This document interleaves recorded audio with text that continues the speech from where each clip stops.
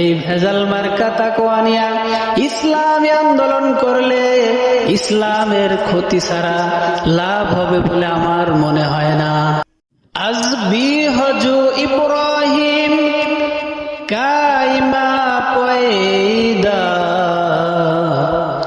আকরো শক্তি হায় আন্দাজে গুলিস্তা পয়দা। মিল্লাতে ইব্রাহিম আলাইহিস সালামের কুরবানির রীতি আজও আমাদের সমাজে বিদ্যমান আছে, কিন্তু ইব্রাহিম আলাইহিস সালামের কুরবানির ভিতরে যেই তাকওয়া ছিল সেই তাকওয়াটা আমাদের অনেকের মাঝেই নাই। ঠিক সেই রকম আমরা যারা ইসলামী আন্দোলন করি আমাদের অনেকের ভেতরেই তাকওয়ার মধ্যে ভেজাল রয়েছে।